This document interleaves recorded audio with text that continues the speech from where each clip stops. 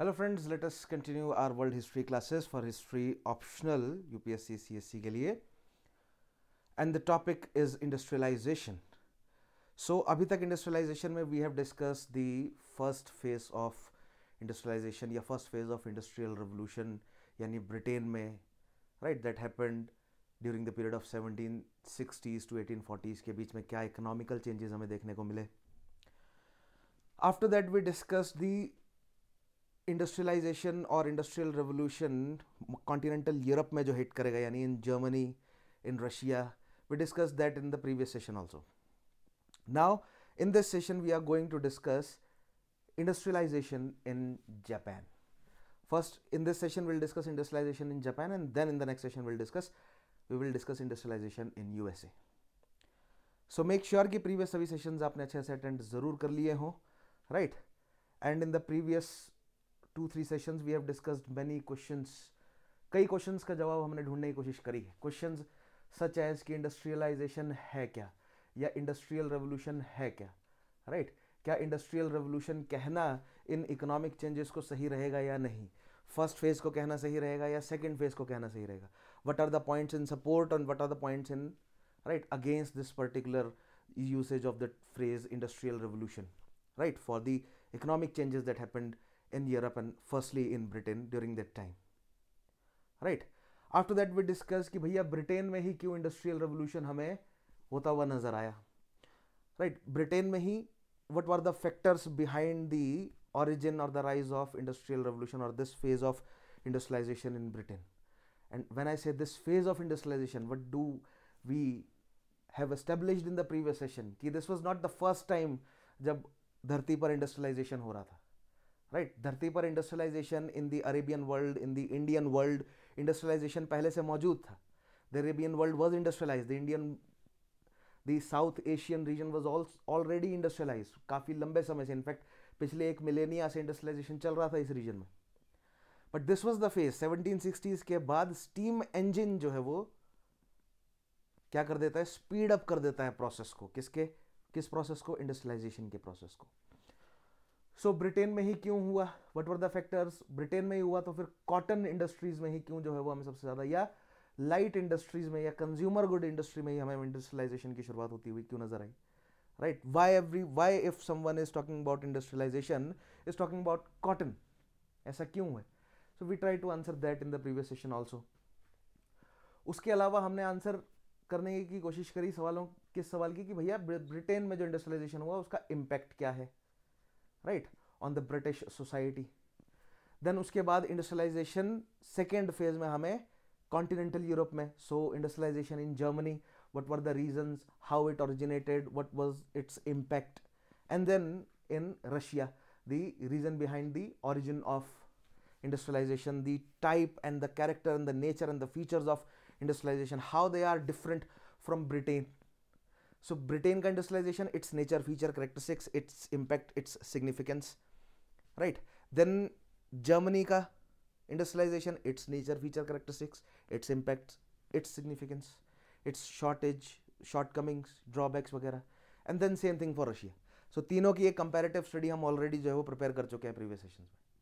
Now we are going to discuss कि भैया Japan में भी अब हमें, यानी कि एशिया में भी अब हमें इंडस्ट्रियलाइजेशन होता हुआ नजर आएगा. So now let us start with that. So we have already gone through industrial revolution, this first phase of industrial revolution, all these reasons for Britain, and then after that industrialisation in Germany, right, we discuss that also. Then industrialisation in Russia, ये भी हमने discuss कर लिया. So make sure कि previous sessions को आप अच्छे से अटेंड जरूर कर लें. नाउ हम एंटर करेंगे इंडस्ट्रियलाइजेशन इन जापान, राइट, और निपॉन. सो इन स्टेटमेंट्स के माध्यम से will try to understand the whole concept. देखते हैं. So the first statement is, आप पढ़ते रहेंगे मेरे साथ साथ स्टेटमेंट्स को. Up to the end of the 19th century, up to the end of the 19th century, industrialization did not remain simply a European phenomena, but even an Asian country, Japan, also appropriated it. So Japan became the first industrialized nation in Asia. Now, अब आप कहेंगे कि sir अभी तक जो आप industrialisation के बारे में बता रहे हैं आपने जो बताया है अभी तक और ये जो स्टेटमेंट्स है ये कॉन्ट्राडिक्ट कर रही हैं एक दूसरे को, राइट?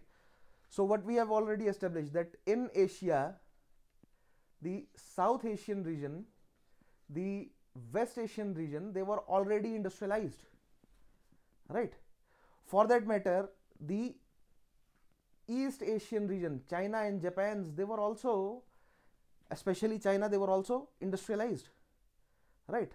बट जो इकोनॉमिक चेंजेस हमें यूरोप में देखने को मिले, या जो यूरोसेंट्रिसिज्म है, या जो यूरोपियन हिस्टोरियंस हैं, उन्होंने जिस तरह इन इकोनॉमिक चेंजेस को फ्रेम किया है, right, that this was in fact industrialization, that when they started using steam engines तब जाकर industrialization हुआ दुनिया में, ऐसा नहीं. but in the subsequent years धीरे धीरे ये लेमन टर्म में और जनरल नॉलेज बन गया कि भैया this was जो steam engine का यूज़ हुआ या जो machines का यूज़ हुआ for producing goods, that is what industrialization is. so in that sense हमने ये statements को यूज़ किया है.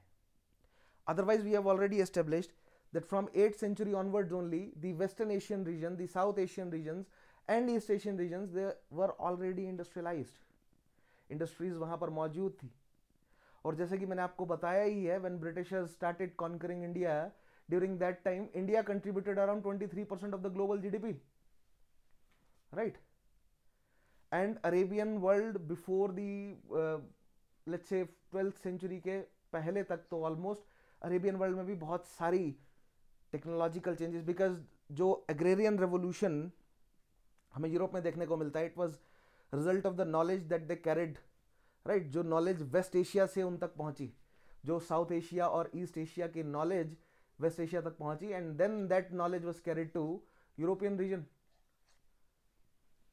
सो all this we have already understood. हमने पहले डिटेल में जब हम क्रूसेड्स वगैरह को डिस्कस कर रहे थे, we have discussed all this in previous sessions. So make sure कि आप उन्हें रिवाइज, नॉट जस्ट रिवाइज करें, बट जो मैंने बुक रीडिंग सजेस्ट करी है, make sure that you go through those also. Alright, so in this light let us again look at these statements. So up to the end of the 19th century, so 19th century के end तक, यानी कि this is talking about the second phase of industrialisation in Europe, right? Industrialization did not remain simply a European phenomena, and during this time, अभी तक आते आते France, Germany and Russia also started industrializing themselves, right? And especially अगर हम second half की बात करें 19th century की, 1850s के आसपास, so at least France and Germany, they started industrializing themselves, right? But then even an Asian country, Japan also appropriated it. Now I've used this term, appropriated it. That means not entirely, but they based their model of industrialization or industrialize जो उन्होंने खुद को किया, they based that on European model. अब now we need to discuss that to what extent. Now how far or to what extent वाले जो question UPSC पूछता है, ऑप्शनल में हमने देखे हैं, राइट? उस सवाल का जवाब हमने ढूंढना है कि भैया किस एक्सटेंट तक जर्मनी ने अडॉप्ट किया ब्रिटेन का मॉडल, किस एक्सटेंट तक रशिया ने या फ्रांस ने अडॉप्ट किया, किस एक्सटेंट तक जापान ने अडॉप्ट किया यूरोपियन मॉडल को, right, of industrialisation. And same goes for independent India too. So that is something we will discuss in the modern India, that up to what extent independent India adopted the models of industrialization, and what was the factors behind adopting or not adopting those models. So जब हम India की बात करते हैं तो हम एक concept में आपको समझाऊंगा कलोनियल मॉडर्नाइजेशन का, राइट? सो वो मॉडर्न इंडियन हिस्ट्री में डिस्कस करेंगे. सो right now these two statements are in front of us, that up to the end of the 19th century Europe में industrialisation, second phase of industrialisation जो है वो पूरे अपने स्विंग पर था, and Japan appropriated it. That means Japan, and so Japan became the first industrialized nation of Asia. Now it is not true. Japan is not the first industrialized nation, right? In what sense? In the traditional sense, right? But what the economic changes that took place during 18th century and 19th century, on the basis of those economic changes, we can say that yes, Japan became the first industrialized nation in India. Sorry, in Asia. फिर आप कहेंगे कि sir क्या during this time India में capitalist जो British capital या बाहर से जो कैपिटल आ रहा था, या जो इंडिया के कैपिटलिस्ट थे, क्या उन्होंने इंडिया में इंडस्ट्रियलाइजेशन शुरू नहीं किया था? That is something we need to address while हम मॉडर्न इंडियन हिस्ट्री पढ़ेंगे, ठीक है? बट फॉर नाउ हम क्या रखेंगे ध्यान में, that Japan became the first industrialised nation. Next point क्या है, but Japanese industrialisation was the product of an unusual course and it trailed towards a unique path. Now this is that how far का answer, कि किस हद तक Japan ने follow किया European pattern को और किस हद तक उन्होंने अपनी सिचुएशंस के हिसाब से इंडस्ट्रियलाइज किया अपने आप को। So what were those reasons, right, what were those factors behind कि उन्होंने अपना यूनिक पाथ बनाया? First we need to address that, then will be able to answer that question, ठीक है? So it was the part of the modernisation programmes which had started with the landmark event of Meiji restoration in 1868. Now, अब मेजी restoration से जो है वो हमें 1868 से कहानी, in fact the story starts somewhere around 1853 से जो है वो कहानी हमारी शुरू होती है जापानीज मॉडर्नाइजेशन की, राइट? सो यहां पर क्या लिखा है मैंने, Asian country Japan also appropriated it. That means कि भैया जापान का कोई कांटेक्ट, कोई रिलेशनशिप जो है वो यूरोपियन कंट्रीज के साथ रहा। अब वो जापान का कांटेक्ट, जापान का वो क्या रिलेशनशिप है, वो कैसे डेवलप हुआ, let us first understand that, then we will be able to understand कि भैया क्या क्या अनयूजुअल, यहां पर क्या कहा है, अनयूजुअल कोर्स लिया जापान के इंडस्ट्रियलाइजेशन ने। वो क्यों अनयूजुअल है एज कंपेयरिंग विद ब्रिटेन और जर्मनी और Russia? Then we will be able to understand that. पहले हम देखेंगे कि भैया वो रिलेशनशिप कैसे एस्टेब्लिश हुआ, क्या रिलेशनशिप था जापान का वेस्टर्न वर्ल्ड के साथ, राइट? सो मेजी was an era that was named after the Japanese monarch which was ruling at that time. In fact, from the 12th century onwards, feudalism was prevailing in Japan and a hierarchy was created in the society, that is shogun, uppermost level, daimyo, middle, and samurai, the lower level, right? Actually, up to the middle of the 19th century, Japan was being ruled by higher lords like shogun, while Japanese monarch, whose era was known as Meiji, was living almost a life of exile at Kyoto. ये statements ध्यान से पढ़िए एक बार, ठीक है? Pause कर लीजिए, इन statements को ध्यान से पढ़िए। अब मैं आपको एक बार डिटेल में, नॉट बहुत ज़्यादा डिटेल में नहीं जाएंगे, बट थोड़ा सा जापानीज हिस्ट्री की बैकग्राउंड आपको बता देता हूँ of the medieval period. Now 12th century के आसपास शुरू करते हैं। सो 12th नहीं, एक्चुअली लेट अस 14-15 सेंचुरी के आसपास शुरू करते हैं। So this is a map of Japan of the 16th century and similar was the case of 15th and in fact 12th century के बाद से ही जापान का ये कुछ जो है वो सूरत हाल रहा। सो क्या देख रहे हैं आप, एक स्टेट नहीं है, right? Although there was a ruler, there was an emperor of Japan, जो कि रहता था कहां पर, क्योटो में जो इंपीरियल पैलेस है वहां पर एम्परर को रखा जा रहा है। जापान का एक एम्परर है, लेकिन जापान जो है वो फ्रेगमेंटेड है। जापान निपॉन कहते थे, जापान जो है वो फ्रेगमेंटेड है छोटे छोटे स्टेट्स में, राइट? एंड दीज छोटे छोटे states were ruled by military rulers, military aristocracy जो है वो इन्हें रूल कर रही थी, and they were known as daimyo, daimyo कहा जाता है उन्हें, right? They were basically servants of the ruler. So at the helm were the emperors, right? Now emperor was एक basically आप कह सकते हैं कि पेपर टाइगर है, एक नॉमिनल पोजीशन है, नो रियल पावर। एम्परर को एग्जाइल में रखा गया है क्योटो में।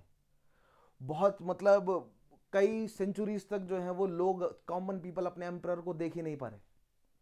सो एम्परर के पास एक्चुअल पावर्स नहीं है, एंड पॉलिटिकली जापान जो है वो, कहने को पॉलिटिकली जापान यूनिफाइड है बट नॉट रियली। जो छोटे छोटे स्टेट्स में जापान टूटा हुआ है उन्हें रूल कर रहे हैं डाम्योस, राइट? एंड ये जो वेरियस डाम्योस हैं इन्हें सर्व कर रहे हैं इनके सामुराइज। अब सामुराई टर्म जो है वो आपने बहुत बार सुनी होगी, बहुत सारी मूवीज देखी होंगी, right? From the movie 7 samurai, काफी क्लासिक मूवी है, कभी समय लगेगा तो देखिएगा जरूर, राइट? टू द लेटेस्ट अभी लास्ट ईयर जो एक वेब सीरीज आई है शोगुन नाम से। So you can watch these and get some idea in your free time, of course get some idea about medieval Japan. बाकी मैं आपको थोड़ा बहुत प्रोवाइड कर देता हूँ, ठीक है? थोड़ा अपनी क्यूरियोसिटी से आप पढ़ने की कोशिश भी कीजिएगा। Although none of this is part of our syllabus, nevertheless we must have some, थोड़ा हमारे पास बैकग्राउंड होना ज़रूरी है चीज़ें समझने के लिए। ना एम्परर है, एम्परर क्या है? एक नॉमिनल हेड है। क्योटो में उसको एग्जाइल में पैलेस में रखा हुआ है, इंपीरियल पैलेस में। जापान, बाकी का जापान जो है वो टूटा फूटा है, छोटी छोटी स्टेट्स में, सभी स्टेट्स को डैम्यो जो है वो रूल कर रहे हैं। डैम्योस के अंडर जो है वो उनके सामुराइज हैं। It is somewhat like, it is a feudal system and it is similar, somewhat similar to the European feudalism, जहां पर किंग है, राइट? बट वहां पर किंग के पास कुछ पावर तो थी, यहाँ पर जो एम्परर है उनके पास कुछ ऐसी रियली पावर नहीं थी, राइट? इट वॉज दी डैम्योज जिनके पास जो है वो शक्ति थी ना। आउट ऑफ दीज डैम्योज एक डैम्यो जो है वो निकल कर आता है और कोशिश करता है कि भैया जापान को यूनिफाई किया जाए, और बहुत ब्रूटल रहता है वो, बहुत खून खराबा होता है। उसकी ब्रूटलनेस की वजह से उसी के ही सबॉर्डिनेट्स उसको रिप्लेस कर देते हैं, राइट? और जो उन्हें रिप्लेस करते हैं, they were now able to assemble in सभी स्टेट्स को, छोटी छोटी स्टेट्स को वो असेंबल करने में कामयाब रहते हैं, राइट? एंड देन वो व्यक्ति भी मर जाता है, वो डैम्यो भी मर जाता है। अब उसका जो सबॉर्डिनेट है Tokugawa Ieyasu, right, sorry Tokugawa Ieyasu, now अब वो कैसे ना कैसे करके पॉलिटिक्स लगाकर, आप अगर शोगुन सीरीज देखेंगे you will be able to understand, though you do not need to go into details, just if you can read the Wikipedia page of theirs, आपको enough information मिल जाएगी। बट मैं आपको just बता रहा हूँ story का। Basically bunch of daimyos, they are fighting each other and finally one of the daimyo, right, वो unify करने में कामयाब रहा and he became shogun, he took the title of shogun, और shogun became just below emperor and just above daimyos, right? So he was practically the ruler of Japan.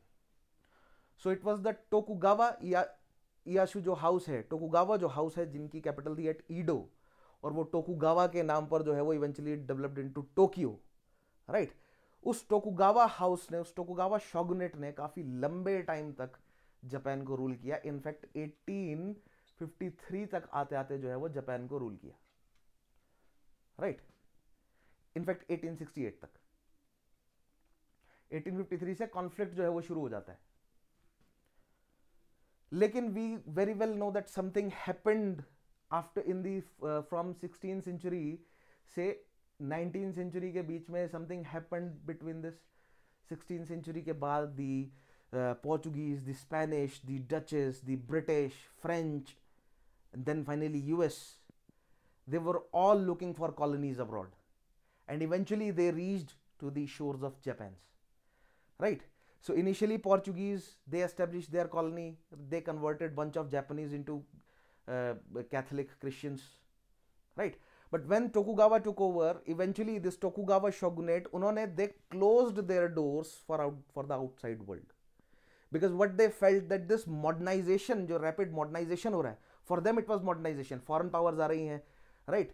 Western world के साथ जो trade establish हो रहा है, guns introduce हो गई हैं। So what they believe that these guns, these cannons, ये जो उनका पुराना चला आ रहा बहुत इंटीमेट वे ऑफ फाइटिंग है with swords and naginatas and with archery, right? ये जो बहुत इंटीमेट वे में वो फाइट करते हैं, ये जो उनका पुराना चला आ रहा कल्चर है, इसको स्पॉइल कर रही है मॉडर्नाइजेशन।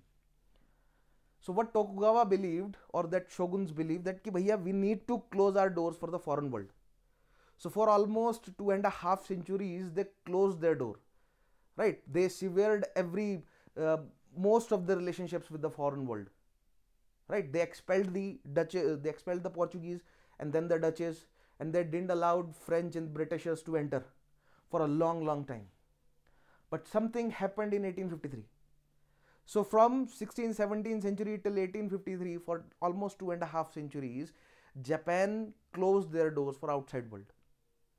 सो जो भी मॉडर्नाइजेशन चल रहा था पूरी दुनिया में, उसका असर जापान पर बहुत बड़े लेवल पर नहीं हो पा रहा था, राइट? लेकिन जो वेस्टर्न पावर्स हैं in 19th century, middle of the 19th century, वो अपने आप को इंडस्ट्रियलाइज कर रही थी बड़े लेवल पर। अब इंडस्ट्रियलाइज कर रही है अपने आप को बड़े लेवल पर, तो भैया मार्केट चाहिए क्योंकि प्रोडक्शन उनके पास ज्यादा है, राइट? तो भैया जापान कैसे सूखा रह जाए, जापान को कब्जे में करने की जरूरत है। तो something happened in 1853, right? So let us understand that. So I hope ये आप समझ पाए होंगे। अब मेजी रेस्टोरेशन कैसे हुआ वहां तक पहुंचेंगे, बट ये आप समझे होंगे कि that Japan was feudal, they were fighting with each other, right. Eventually one of the shogun, जो टोकुगावा शोगुनेट है, they rose to power, they united Japan and then they cut off ties with the rest of the world, right? And for almost 2.5 centuries they kept their business in house. And then finally in 1853 one gunslinger comes in. एक gunslinger आता है US से. So at that time Japan was leading a secluded life.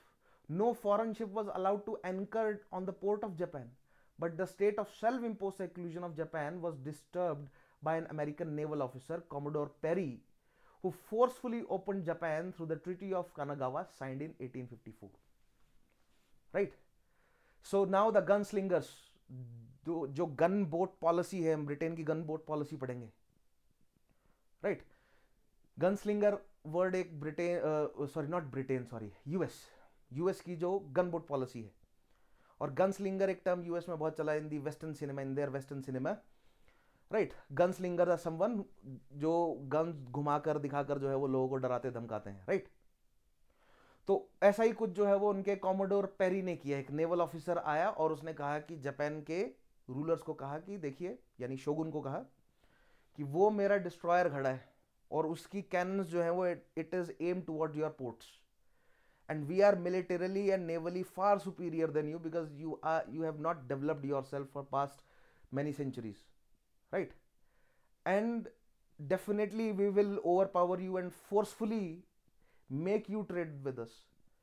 So आप क्यों जो है वो इतना खून खराबा चाहते हैं? चुपचाप जो है वो आप अपने देश के दरवाजे, ट्रेडिंग दरवाजे हमारे लिए खोल दीजिए. So basically carrot and stick दिखाई उन्होंने, और स्टिक जो है वो बहुत मतलब मजबूत और पावरफुल स्टिक थी यूएस की. सो कॉमोडोर पेरी ने फोर्सफुली जो है वो ट्रीटी ऑफ कानागावा करवा ली जापानीज रूलर से, एंड जापान के डोर्स जो है वो अब ओपन हो गए रेस्ट ऑफ द वर्ल्ड के लिए. अब यूएसए जो है वो अपना पूरा ट्रेडिंग सिस्टम जो है वो लेकर पहुंच गया, and the shoguns they were against this, और काफी लंबे समय तक, नेक्स्ट ऑलमोस्ट एक डेकेड तक ये कॉन्फ्लिक्ट जो है वो चलता रहा. एंड यूएस ने एक बार ट्रेडिंग दरवाजे खोल दिए, so Britishers and French and Dutch, rest of the European जो इंपीरियलिस्टिक पावर है, उन्होंने भी they followed the same path, right? Once USA marched ahead, even other Western powers followed her. Then there started an unrestricted exploitation of Japan by different colonial powers. Earlier, China had fallen a prey to such situation after the Treaty of Nanking in 1842. China के साथ भी जो है वो similar चीज हो गई थी, राइट? बट चाइना जो है वो रेजिस्ट नहीं कर पाया वेस्टर्न पावर्स को like Japan did. Now soon Japanese लोगों को ये बात समझ आ गई. Chinese are also very proud people and very arrogant in their culture, right? Arrogant about their culture and about their legacy, about their history. Same is the case of Japan. Japan एक highly militarised society है. These shoguns, they were not political leaders, they were military leaders, right? They had, it is highly romanticized their code of warfare and their ethics, right? But yes, हर जगह जो है वो discrepancies तो हमें देखने को मिलती ही हैं in the, specially in the historical text, जब वो पैटर्नाइज करके लिखवाया जाता है, right? Same was the case of Japan. Nevertheless it was a highly militarised society and they were very proud and arrogant people. So इस तरह जो US ने, ब्रिटेन बार बार मैं क्यों बोल रहा हूँ बीच में, राइट? यूएस बोलना चाह रहा हूँ, ब्रिटेन क्यों बोल रहा हूँ, इसके पीछे भी एक कारण है, इसके पीछे भी एक कनेक्शन है, वर्ल्ड वॉर में समझाऊंगा. खैर, फॉर नाउ यूएस ने जो फोर्सफुली अपने लिए दरवाजे खुलवा लिए, ट्रेडिंग दरवाजे जापान के खुलवा लिए, ये this does not sit well with the Japanese, right? So उन्होंने धीरे धीरे दे रियलाइज्ड कि भैया अगर चाइना के रास्ते पे हमें नहीं जाना है, या जो इंडिया के साथ हुआ वैसा नहीं होने देना है हमें, so we need to make ourself strong. हमें खुद को बड़े लेवल पर इंडस्ट्रियलाइज करना पड़ेगा, बड़ी शक्ति बनाना पड़ेगा, यानी कि टू बीट. आपने एक बहुत पुराना जोक और स्टोरी सुनी होगी कि एक बोर्ड पर, अगर एक बोर्ड है उस पर अगर एक लाइन मैं बना दूं, सो इस लाइन को आप छोटा कैसे करेंगे बगैर इसको काटे? तो जवाब सिंपल है कि भैया एक लाइन और बड़ी बना दीजिए. अब ये दूसरी लाइन जो है वो छोटी हो गई, राइट? तो कुछ इसी लाइंस पर जापान ने अपने आप को इंडस्ट्रियलाइज करना शुरू किया कि भैया अगर बाहर की शक्तियां हमें अपनी मसल पावर दिखा रही है और उस आर्मामेंट उनके जो गन स्लिंगर्स आ रहे हैं, जो गन बोट पॉलिसी अगर वो हमें दिखा रहे हैं, तो we need to beat that. हमें अपने आप को इकोनॉमिकली स्ट्रांग बनाना पड़ेगा, मिलिटरीली नेवली स्ट्रांग बनाना पड़ेगा, राइट, ताकि भविष्य में फिर से कोई इस तरह आकर जो है वो हमें मतलब मजबूर ना कर सके, अनकंडीशनल या कंडीशनल कंडीशंस तो रही होंगी बट स्टिल बुली ना कर सके, बुली करके सरेंडर ना करा सके। Because Japan they had a long history of warfare, as I told you that they were ruled by a class of military leaders, right. So they had a long history. In fact they registered Mongols जब पूरी दुनिया पर, almost जो continent है, not whole दुनिया, लेकिन the world that was known by people of that time, right. यानी कि जो पूरा यूरेशियन रीजन है, specially central Asia, western Asia, parts of south Asia and eastern Europe, right, जब इस पूरे रीजन एंड चाइना ऑल्सो, पूरे रीजन पर जब मंगोल्स धीरे धीरे करके कब्जा कर रहे थे, हरा रहे थे सबको, तो मंगोल्स जापानीज को नहीं हरा पाए थे, right. So they had that military proud जो है वो पुराना उनका था। सो उन्होंने मन बना लिया कि भैया अब हमें अपने आप को चेंज करना पड़ेगा, ये जो वेस्टर्न पावर्स हैं ये हमें मजबूर ना कर सकें फिर से इस तरह के सरेंडर के लिए, we need to develop ourself, right. इस एंड नॉट जस्ट दिस, अब दरवाजे वेस्टर्न वर्ल्ड के लिए खुल ही गए हैं, तो बहुत देर नहीं है, मतलब बहुत समय नहीं लगेगा जापान की इकोनॉमी को ग्लोबल कैपिटलिस्ट इकोनॉमी के साथ जुड़ने के लिए, because that was the nature of, right, वो इकोनॉमी का नेचर था कि धीरे धीरे जैसे जैसे कम्युनिकेशन टेक्नोलॉजीज और स्ट्रांग होती जाएगी, ट्रांसपोर्टेशन टेक्नोलॉजीज और स्ट्रांग होती जाएगी, वैसे वैसे जो रीजनल इकोनॉमीज हैं वो ग्लोबल इकोनॉमी के साथ कनेक्ट होती जाएंगी, राइट। सो अगर ऐसा होना ही है, so why not be one of the leading players. Same thing happened in India. Indian economy, eventually when Britishers conquered India, eventually they connected Indian economy in their favor. In their favor, they connected Indian economy to the global economy, to the global capitalist economy, right, which only benefited the metropolitan. तो जैसा भारत में हुआ वैसा Japan के साथ ना हो जाए, then they decided कि भैया we need modernization, हमें अपने आप को मॉडर्नाइज करना पड़ेगा, यानी अपने सभी एडमिनिस्ट्रेशन से लेकर, अपने एजुकेशन से लेकर, हेल्थ केयर से लेकर, डिफेंस से लेकर, नेवी, जो भी एवेन्यूज हैं, राइट, उन सभी एवेन्यूज को मॉडर्नाइज करना पड़ेगा। और इस सेंटीमेंट का, इस डीप रूटेड सेंटीमेंट का रिजल्ट है मेजी रेस्टोरेशन, राइट। सो ये मॉडर्नाइजेशन अब किसके अंडर होगा, कौन कर सकता है, ये किस लीडरशिप के अंडर ये मॉडर्नाइजेशन होगा। Now, for the very long time, the forces of continuity were the shoguns, and they were the actual leaders, but they were the forces of continuity, right? So, for them to come forward, and because many of them, many of those daimyos, they wanted to modernize, because इसमें उन्हीं का ही फायदा था, long term में फायदा होना ही था, right? Sorry. And many of them were not in support of modernization, because पुराना चला आ रहा है सिस्टम है, जैसे ही चेंज होगा उनकी पावर जो है वो उनके हाथ से छिन जाएंगी, राइट। बिकॉज अब वो जापान जो है वो एक मिलिट्री एरिस्टोक्रेसी द्वारा रूल्ड देश नहीं, जबकि पॉलिटिकल लीडर्स द्वारा रूल्ड देश बनने जाएगा, इवेंचुअली बनेगा। सो किसके अंडर जो है वो ये मॉडर्नाइजेशन हो, राइट, किसके पास ऐसी अथॉरिटी है जो कि सबको यूनिफाई कर सकता है जापान में। तो भैया क्योटो के इंपीरियल पैलेस से किंग साहब को निकालकर, एम्परर को निकालकर लाया जाता है, राइट, उनकी स्ट्रेंथ को थोड़ा बढ़ाया जाता है, एंड अंडर देम फिर रिस्टोरेशन होता है या रेनोवेशन होता है जापान का, which came to be known as the Meiji restoration, because the emperor at that time was known as, emperor को टर्म किया गया उस टाइम पर मेजी, नाम कुछ और है उनका हाउस कुछ और है, right, we do not need to go into that detail, but the emperor was termed as Meiji, and under Meiji, because default जो nominal head है वो emperor ही था हमेशा से ही, काफी लंबे टाइम से। it was only shoguns, right, जिन्होंने politically shogun में भी कौन, जो टोकुगावा इयाशु है, right, और उससे पहले उनके जो लीडर्स रहे, they tried to do what, unify Japan, finally Tokugawa shogunate के अंडर जो है वो जापान यूनिफाई होता है, राइट। काफी लंबे समय तक अपने आप को बंद रखता है, ठीक है, लेकिन जापान यूनिफाइड है। यानी कि टोकुगावा शोगुनेट जापान के एम्परर के लिए जापान को चला रहे हैं, ठीक है, बट एक्चुअल पावर जो है वो उनके हाथ में। Same is the case India में प्रेसिडेंट प्राइम मिनिस्टर वाला रिलेशनशिप, राइट, या British monarch and British parliament वाला रिलेशनशिप, राइट। लेकिन एक्चुअल जो हेड है वो ब्रिटिश मोनार्क हैं। In case of Japan actual head were the Japanese monarchs, right. So Japan के मोनार्क को जो है वो सामने लाया गया, उनको थोड़ा सा उनकी थोड़ी सी छवि जो है वो सुधारने की कोशिश की गई, that they are in power and everything, right. जो भी सपोर्टर्स थे, जो भी एजेंट्स थे चेंजेस के, वो उनके साथ आकर जुड़े, उन्होंने उनकी छवि को स्ट्रॉन्ग किया, right. It's a give and take relationship. And then finally 1868 में चार्टर जो है वो पास कर दिया जाता है कि भैया अब हम जापान को रिस्टोर करने जा रहे हैं, जापान को मॉडिफाई करेंगे, जापान की इकॉनमी को खोला जाएगा, जापान को इंडस्ट्रियलाइज किया जाएगा, राइट। मॉडर्न यानी कि मॉडर्न टेक्नोलॉजी उस समय की जो भी डेवलप हो रही थी, टेलीग्राफ से लेकर, टेलीफोन से लेकर, इलेक्ट्रिसिटी इवेंचुअली आ गई, right. Heavy industry, basic industry establish की जाएगी, कंज्यूमर गुड्स इंडस्ट्रीज जो है वो बनाई जाएंगी, but more focus basic industry पर डाला जाएगा। बिकॉज किया क्या मेजी ने अपने जो है वो कुछ पढ़े लिखे लोगों को यूरोप भेजा, राइट। बोला कि भैया वहां जाओ, ब्रिटेन में, जर्मनी में, रशिया में, फ्रांस में जाकर सीख कर आओ यूरोप के बारे में, राइट। या वहां से लोगों को उन्होंने बुलाया, एक्सपर्ट्स को, कि भैया हमें जो है वो मॉडर्नाइज कैसे किया जाए, एक मॉडर्न स्टेट सिस्टम क्या होता है ये समझाइए, राइट।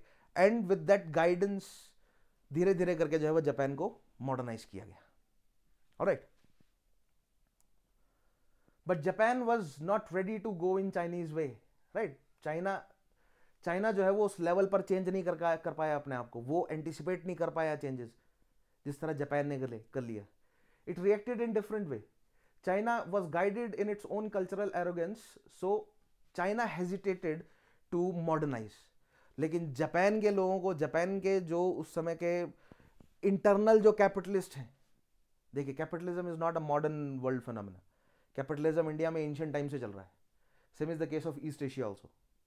सो जापान में इंटरनली बहुत सारे कैपिटलिस्ट थे, राइट, बहुत सारे बड़े ट्रेडर्स, मर्चेंट्स एंड डाम्यो इटसेल्फ, जो डामियोस थे उनके पास भी, उनके जो जॉइंट हाउसेस थे उनके पास भी बहुत पैसा था।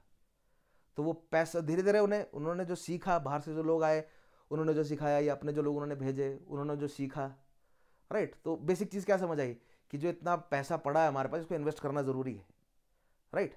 अदरवाइज बेसिकली प्रोड्यूसिंग नेशन बनना पड़ेगा, नहीं तो कंज्यूमर नेशन बन के रह जाएंगे, ठीक है। ग्लोबल इकोनॉमी के साथ जुड़ना पड़ेगा हमें as a producer, as a major player, otherwise global economy जो है वो हमें कंज्यूम कर लेगी। चाइना ने ऐसा नहीं किया। चाइना जो है वो अपने कल्चरल एरोगेंस में फंसा रहा, and it hesitated to assimilate western institutions, so it waited for the redemption till it adopted an alternative model of modernization under communism, right। 1959 के बाद जाकर जो है वो चाइना ने एक मॉडर्नाइजेशन को अपनाया अपने तरीके से। फिर यहां पर सवाल आता है कि भैया ऐसा क्यों कि चाइना जो है वो अपने आप को इतनी जल्दी, इतना तेजी से डेवलप कर सका और इंडिया नहीं कर सका, जबकि Indian and Chinese both economies they got absorbed in the global capitalist economy, and that global capitalist economy was not in the favor of them being colonies, and only were in favor of the metropolitans, right। अगर China और India के लिए ये similar, China और India के लिए अगर ये सिमिलर है, तो इंडिया क्यों पीछे रह गया और चाइना कैसे आगे निकल गया? इस सवाल का जवाब देंगे मॉडर्न इंडियन हिस्ट्री में। देखिए वर्ल्ड हिस्ट्री, वाई मैं बार बार ऐसा बोल रहा हूं, इस सवाल का जवाब देंगे मॉडर्न इंडियन हिस्ट्री में, because when I will try to answer these questions in modern Indian history, तो मैं कहूंगा कि भैया ये चीज हमने, इसका हिंट जो है वो कहां से उठाया था, वर्ल्ड हिस्ट्री में से। So I will try to connect world history and modern Indian history, right. So दोनों को जोड़कर पढ़ने की कोशिश किया करो, ऑल्दो मैं अपनी तरफ से पूरी कोशिश करता हूं दैट आप जो है वो कनेक्ट कर समझें। Now but Japan was quick to assimilate the Western institutions and adjust themselves to their specific orthodox tradition Western institutions with Confucian ideals. So Japan ने basically yin and yang, right, जो forces of continuity and forces of change है उनको assimilate करने की जो है वो कोशिश करी, and that worked in their favor for a long time. Eventually they get nuked, that's a whole different thing. ऐसा क्यों हुआ वो समझेंगे ऑब्वियसली आगे जैसे हम वर्ल्ड वॉर 2 तक पहुंचेंगे. But the last few decades of the 19th century and the first half of the 20th century, this worked in their favor, right?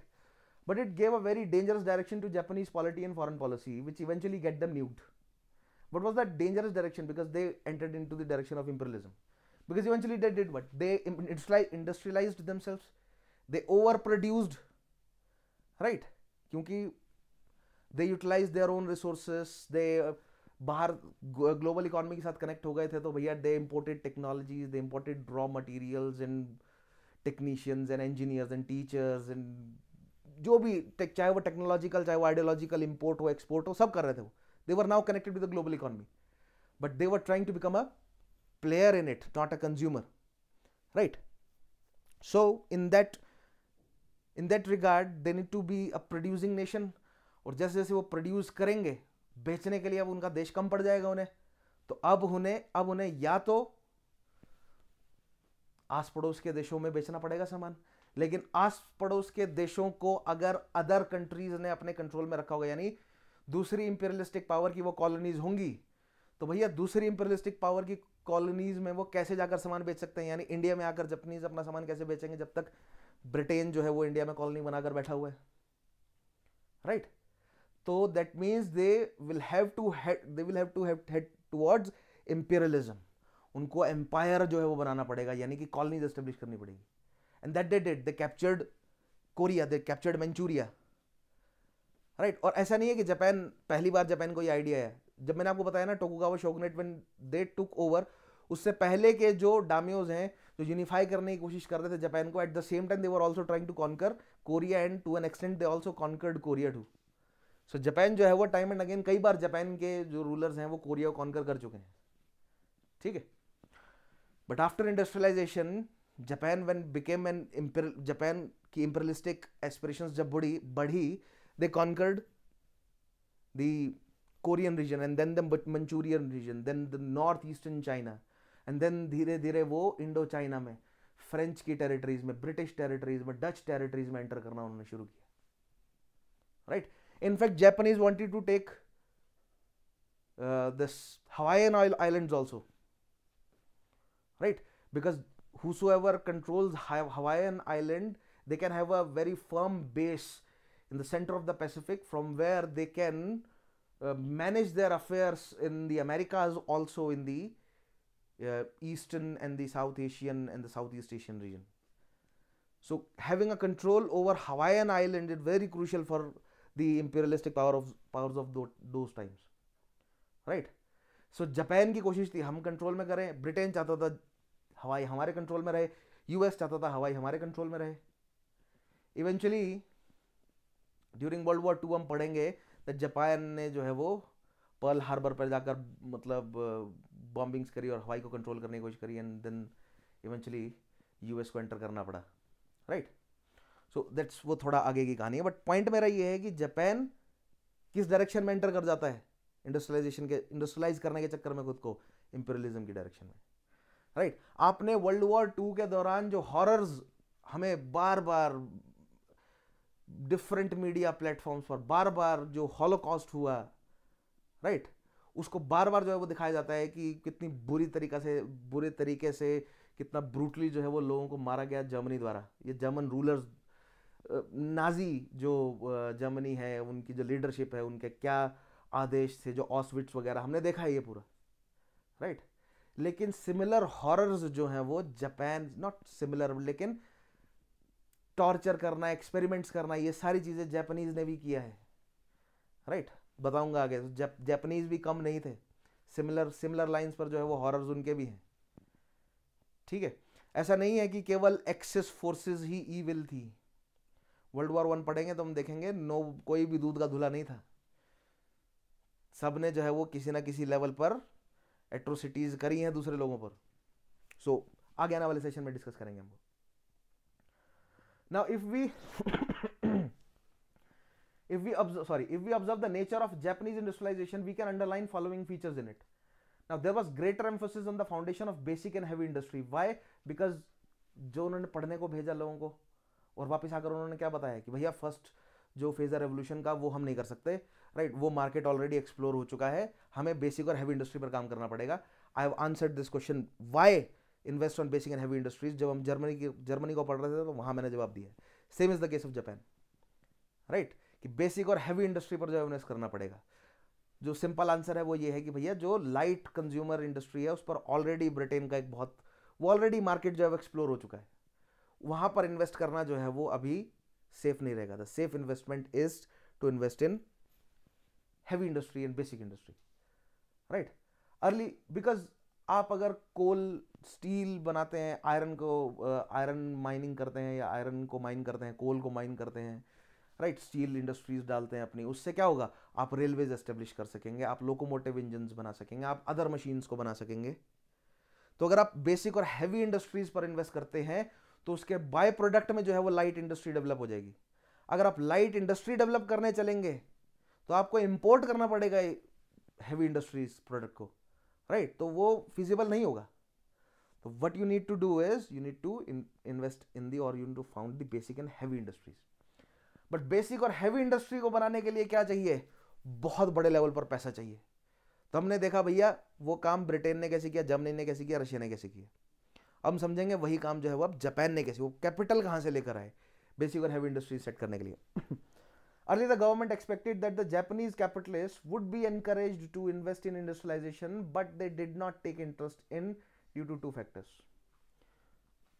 So, like any other government, Japanese government ने अपने लोगों को कहा कि आपके पास जो पैसा इतना दबा के बैठे हो वो लगाओ, इन्वेस्ट करो, राइट, गवर्नमेंट अपनी तरफ से ही पैसा लगाएगी, आप भी लगाओ, और हम ज्वाइंट वेंचर्स में, या आप अपनी तरफ से इंडस्ट्री सेटअप करो, आप प्रॉफिट्स रीप करो, हमें टैक्सेस वगैरह दो। लेकिन जापानीज कैपिटलिस्ट ने जो है वो पैसा शुरू में नहीं लगाया। क्यों नहीं लगाया, दो फैक्टर है। पहला फैक्टर क्या है, first, investment in heavy industries involved larger resources and long gestation period in reaping of the profit. अब अगर कोई एक जापानीज कैपिटलिस्ट है, राइट, उनके पास जो पैसा है वो पैसा लगाएंगे लैंड एक्वायर करने में, फिर उसमें माइनिंग करवाएंगे, वहां से आयरन ओर निकलेगा, फिर दूसरी जगह से वो कोल या तो खुद लैंड एक्वायर करके माइन करेंगे, कोल निकालेंगे, कोक निकालेंगे, right, then iron, wrought iron या आयरन बनाएंगे, राइट, देन फिर स्टील बनाएंगे, फिर उसके बाद जो है वो फिर वो रेलवेज में इन्वेस्ट करेंगे, रेलवे लाइन लगाएंगे या मशीन्स बनाएंगे, जो भी है, और वो फिर फाइनल प्रोडक्ट जाकर बिकेगा उनका, और जब वो प्रोडक्ट बिकेगा तब जाकर जो है उनको पैसा आना शुरू होगा। So it is a long process. So Japanese capitalists, they were not ready to invest their money, like for example 20, 30, 50 year के लिए वो अपना पैसा इन्वेस्ट करने को राजी नहीं थे, राइट, कि वो पैसा इन्वेस्ट करें और काफी लंबे समय बाद उनको रिटर्न मिले। They were not comfortable with that. उस तरह के कैपिटलिस्ट नहीं थे वो, उस तरह का पैसा नहीं था उनके पास जैसा ब्रिटिश कैपिटलिस्ट के पास आ गया था, राइट, फ्रॉम कमर्शियल रेवोल्यूशन। पैसा था लेकिन उस लेवल पर पैसा नहीं था उनके पास, तो एक बड़े जेस्टेशन पीरियड के लिए इकट्ठा करके वो नहीं रख सकते थे पैसा, राइट।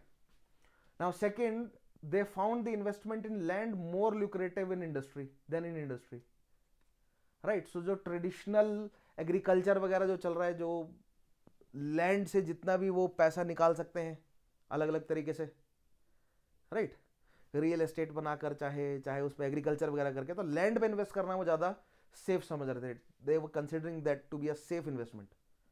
इंडस्ट्रीज में, बिकॉज इट वाज नया था ना, बहुत लंबे समय तक जापान बंद रहा था, राइट, और ये बिल्कुल नए तरह की मतलब कमर्शियल अपॉर्चुनिटीज थी। सो नई तरह की कमर्शियल अपॉर्चुनिटी थी तो रिस्क जो है वो फैक्टर बहुत ज़्यादा था। तो जो पुराना पैसा था, जो ओल्ड मनी थी, जो पुराने कैपिटलिस्ट थे, they were hesitant to invest.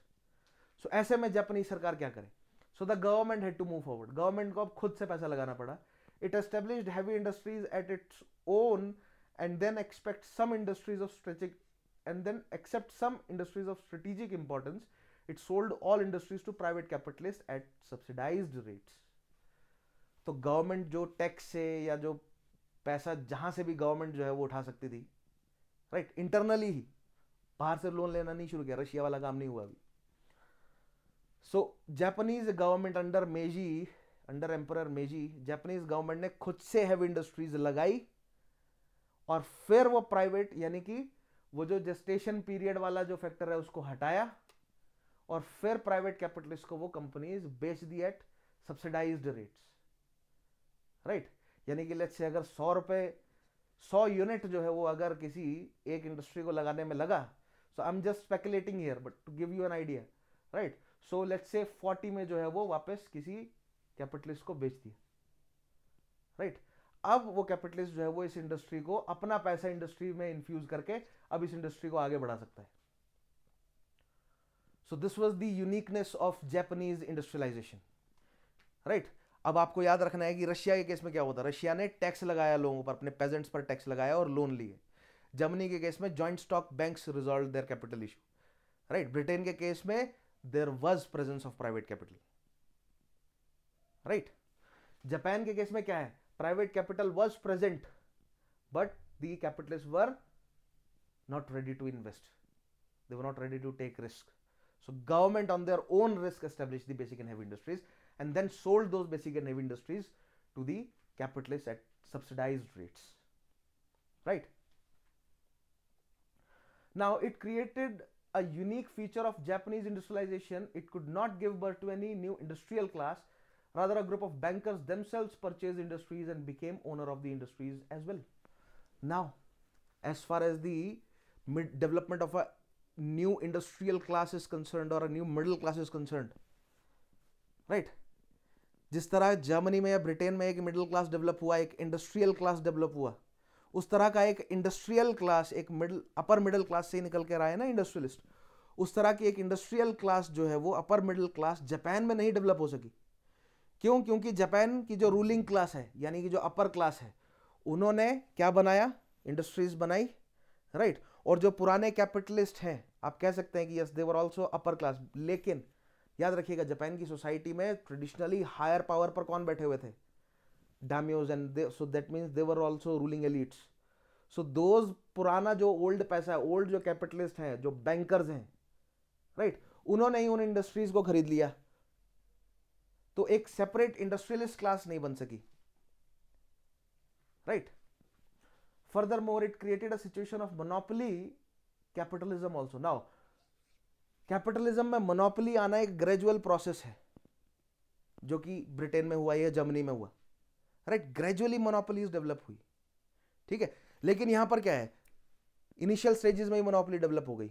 Germany के केस में मैंने आपको क्या बताया था कि भैया छोटे छोटे प्लेयर्स हैं, उनको एक बड़ा बैंक जो है वो लोन दे रहा है, धीरे धीरे करके कुछ डिफॉल्ट कर गए तो बैंक्स ने जो है वो उनको एक्वायर करना शुरू किया एंड ग्रेजुअली मोनोपोलीज डेवलप करी, राइट। इस केस में क्या हो रहा है कि भैया जापान की गवर्नमेंट ने जो इंडस्ट्रीज बनाई थी, बैंक्स ने सीधा उन्हें खरीद लिया और मोनोपोलीज जो है वो डेवलप हो गई, right. As far as monopolies are concerned, recently आप देखेंगे कि भैया कुछ 2-3 बड़े automotive giants, although they are not just automotive giants, वो अदर कई तरह के प्रोडक्ट्स जो है प्रिपेयर करते हैं, लेकिन आप उन्हें लाइक मित्सुबिशी, होंडा वगैरह हैं, आप उन्हें ऑटोमोटिव जाइंट्स की तरह समझते होंगे, राइट। उन्होंने प्लान बनाया कि भैया eventually we will merge ourselves, तो एक बहुत बड़ी मोनोपोली जो है वो बनने जा रही है ऑटोमोटिव इंडस्ट्री में, नॉट जस्ट ऑटोमोटिव इंडस्ट्री, जो हैवी इंडस्ट्रीज है उसमें जापान में, राइट। तो वही पहले जो था, राइट, पहले जो है वो मोनोपोली कैपिटलिज्म जो है वो जापान में एस्टेब्लिश हुआ in the initial stages of their industrialisation. It took it in Germany the creation of monopoly capitalism, right, it went through a gradual process, but Japan के केस में initial stages में ही monopoly बन गई, ठीक है। Now in fact monopoly capitalism is a situation in which there is the amalgamation of industrial capital and banking capital, right। industries को bankers ने तुरंत खरीद लिया और वहां पर क्या था, धीरे धीरे करके banks ने जो है वो अपने कंट्रोल में करी इंडस्ट्रीज। ऐसा नहीं है कि एग्जैक्टली बैंक्स के कंट्रोल में है वो इंडस्ट्रीज, राइट, लेकिन जो इंडस्ट्रीज सेट हैं कहीं ना कहीं उनमें पैसा जो है वो डिफरेंट फाइनेंशियल इंस्टीट्यूशंस का ही तो लगा हुआ है। घूम फिर कर आप देखते ही होंगे वो वैनगार्ड है या there is another something BlackRock करके है, वैनगार्ड है, स्ट्रीट समथिंग करके, राइट। घूम फिर कर हर जगह इन्हीं का ही तो पैसा लगा हुआ है, ये कुछ 2-3 बड़े फाइनेंशियल इंस्टीट्यूशंस हैं, ठीक है। इन द वेस्ट, अगर आप यूरोप में और यूएस में स्पेशली देखेंगे तो, now normally such monopoly stage used to come at very late stage but in case of Japan it came very early. For example, Japan only जो Zaibatsu family है, a capitalist family, owned nearly 34% of the banking capital and later it came to own industries as well. आप search कीजिएगा Zaibatsu family के बारे में, right? और मुझे बताइएगा कि भैया ऐसी कौन कौन सी इंडस्ट्रीज आपको Zaibatsu फैमिली के अंडर नाम पढ़ने को मिले जो कि आपको लगता था कि यार ये तो गाड़ियां बनाते थे या ये तो इनके तो इलेक्ट्रॉनिक्स के सामान है और वो सब, राइट? सॉरी, जो Zaibatsu फैमिली के अंडर जो है वो बहुत सारी, they acquired a lot of different industries. Now then it became such a political heavyweight that it came to influence even the government policies. So railways पर बहुत invest किया इन्होंने, हार्डवेयर बहुत बड़े लेवल पर, हैवी मशीनरीज, हैवी इंडस्ट्री या basic industry पर invest किया. इतना पैसा जो है वो इन्होंने सरकार को भी दिया कि अब गवर्नमेंट पॉलिसीज पर इनका इन्फ्लुएंस था. नाउ जब कैपिटलिस्ट जो है वो गवर्नमेंट पॉलिसीज को इन्फ्लुएंस करने लग जाएं, so what is the bottom line for capitalist, right? Their profit. और प्रॉफिट कब बनेगा? जब उनका प्रोड्यूस्ड गुड जो है वो अच्छे खासे मार्जिन पर बिकेगा, यानी प्रॉफिट मार्जिन को बढ़ाना है उन्होंने बेसिकली, राइट? तो अगर ये प्रोड्यूस करते जाएंगे, अगर प्रोडक्शन ज्यादा होगा यानी सप्लाई ज्यादा होगी, और अगर डिमांड कम होगी तो प्रॉफिट मार्जिन गिरता चला जाएगा, हो सकता है घाटे में चले जाए, राइट? तो जो not just Zaibatsu family, there were other families also, they needed to increase production, right? And they in fact increased their production, right? So अब सप्लाई है तो डिमांड बढ़ाने के लिए क्या चाहिए भैया? बड़े एरिया को कंट्रोल करो. So they influenced the government policy to enter into the race of imperialism. And then Japan started with conquering Korea and then Manchuria and then बहुत बड़े एक मैप है, मैं आपको यहाँ दिखाता हूँ, कहीं मैंने वो मैप भी दिखाया होगा. This. So Japan first conquered Korea, then Manchuria, right? Then they conquered the north eastern region of China, right? Then eventually they conquered the Indo Chinese region, right? And effectively they controlled the, और Burma वाला reason तक जो है वो control में कर लिया उन्होंने, एंड इंडोनेशिया वाले रीजन पर भी इफेक्टिव उनका कंट्रोल था. They also tried to control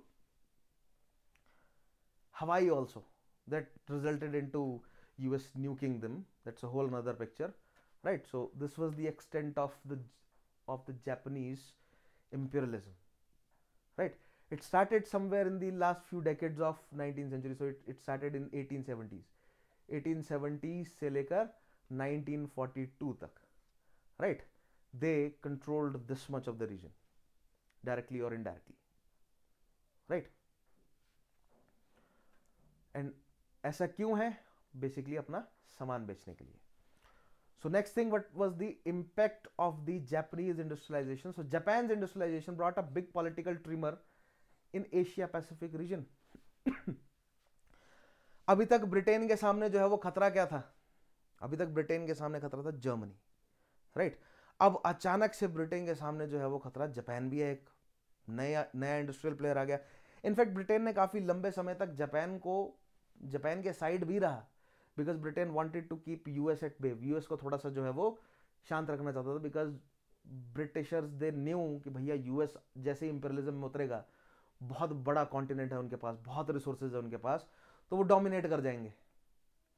तो कहीं ना कहीं जापान का साथ दिया उन्होंने काफी लंबे समय तक, लेकिन फिर eventually will look at that what happened in the world war 1 and world war 2, why Britain और जापान के रिलेशनशिप्स जो है वो दूर हो गए, and why Japan came closer to Germany, Axis powers में क्यों जुड़ा वो, right? Nevertheless Japanese industrialisation brought a big political tremor in the Asia Pacific region, क्योंकि अब एक प्लेयर जो है वो इंपीरियलिज्म में जापान भी ऐड हो गया, ठीक है? और आइडियोलॉजिकली यूरोपियंस के लिए बड़ा खतरा क्यों था? बिकॉज यूरोपियंस जो यूरोसेंट्रिसिज्म है वो क्या पोर्ट्रे कर रहे थे अभी तक? वो बता रहे थे कि भैया ये जो सब या साउथ एशियन है, इंडियन सब कॉन्टिनेंट के लोग हैं, अफ्रीकन्स हैं, अरेबियंस हैं, राइट? ये जो ओरिएंटल्स हैं, basically anyone and anything who is outside Europe was technically an oriental for them, right? So the orientals are सब human, right? They are barbarics, right? They do not possess any refined culture and anything, जबकि अगर आप Japan के society को, Japan के culture को, अगर आप मेडिवल कल्चर को देखेंगे तो ब्रिटिश मेडिवल कल्चर से बहुत ज़्यादा रिफाइंड आपको देखने को मिलेगा, या यूरोपियन मेडिवल कल्चर से बहुत रिफाइंड था Japanese culture. Nevertheless they portrait them in that light, right. और ऐसे में अगर कोई एक एशियन पावर, एक यूरोपियन पावर रशिया को, जापानीज रूसो वार 1905-6 में हम पढ़ेंगे, अगर हरा देती है तो भैया एक बहुत मतलब आई ओपनर जो है वो पूरे rest of the western world या वेस्टर्न व्यू के लिए रहता है कि भैया एक एशियन पावर जो है वो यूरोपियन पावर को चैलेंज कर सकती है. जबकि हम पढ़ेंगे रूसो जापानीज वॉर को, बहुत बड़े डिसएडवांटेज में था Russia against Japan, right. Nevertheless एक recently modernised country for in as per European standards एक बहुत पुराने यूरोपियन स्टेट को हरा देती है. So it was an eye opener for them. So it was a country of tiny size, but it widely progressed in the field of industrialization. So its home market could not match the high level industrial production. Thus Japanese government turned to the market abroad. In this way, once itself a colonized Japan turned to be the worst colonizer.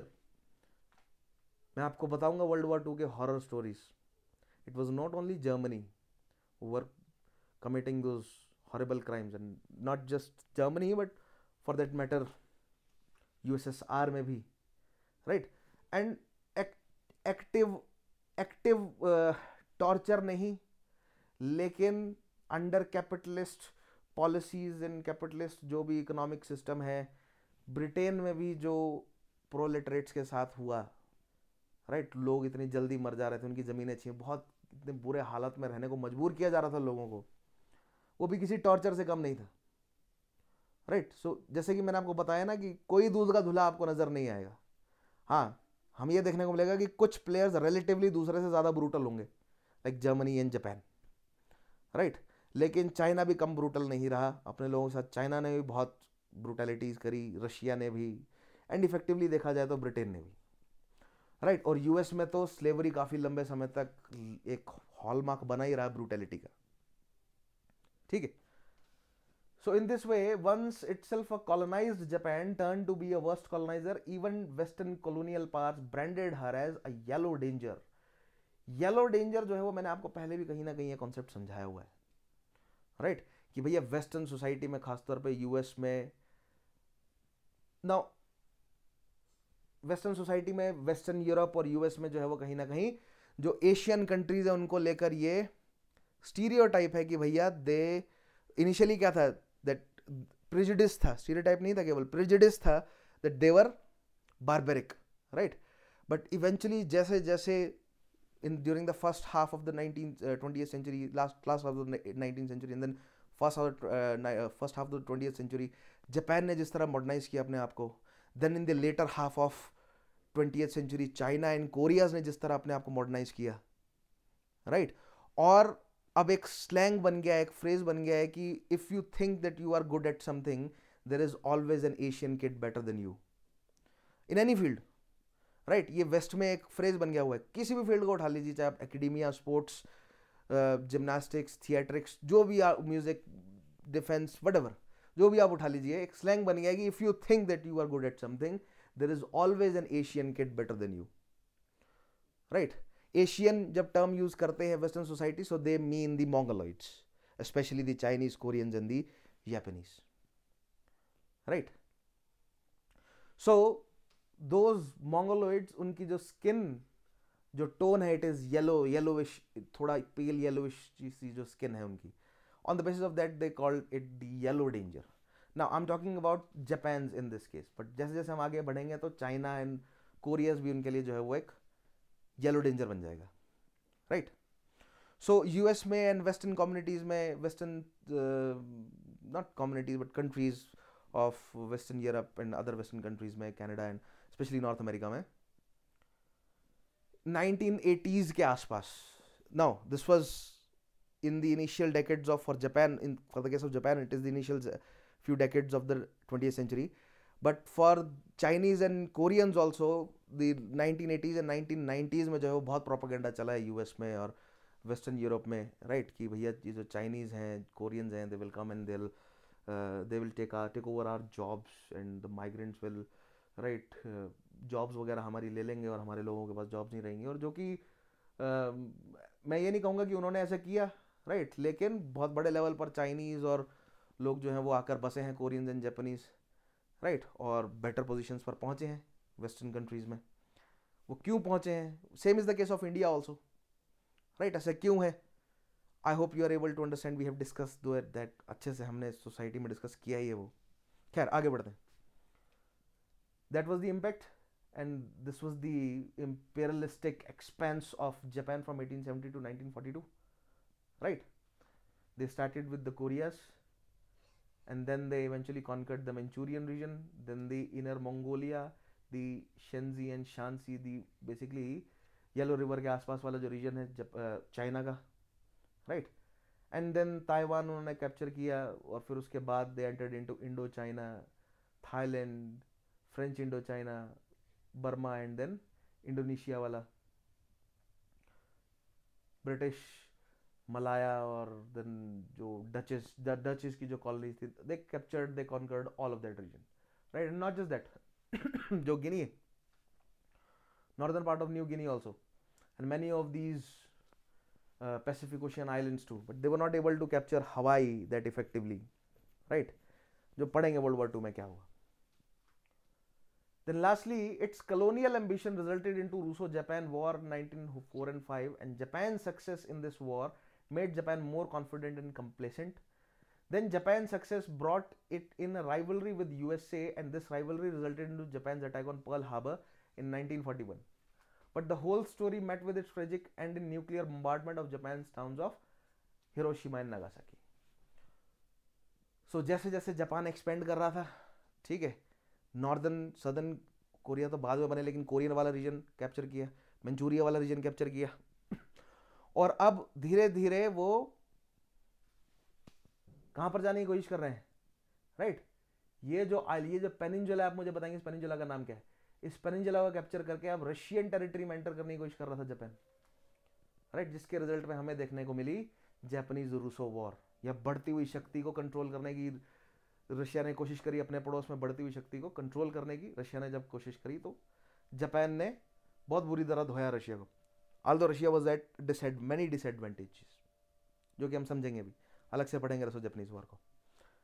And then next eventually जब पूरे eastern side पर, eastern Asia में एक बड़ी colonial power जो है वो Japan के रूप में खड़ी हो गई, और अब इस नॉट जस्ट ईस्टर्न साइड लेकिन ये पूरा जो एशिया पैसिफिक रीजन है इस पर कंट्रोल रखने के लिए जापान की नज़र में क्या था, लंबे समय से ही यहाँ पर जो हवाईयन आइलैंड्स हैं इनको कंट्रोल करना था राइट। इस चक्कर में जो जापान ने बम गिरा दिया या पर्ल हार्बर पर जो अटैक कर दिया राइट, आफ्टर दैट फिर ब्रिटेन को यूएस को एंटर करना पड़ा वॉर में एंड विद जापान, और फिर finally that resulted into bombing of Hiroshima and Nagasaki. Will discuss that, ये हम इवेंचुअली इस कहानी तक पहुंचेंगे right, but for now this was the Japanese industrialisation.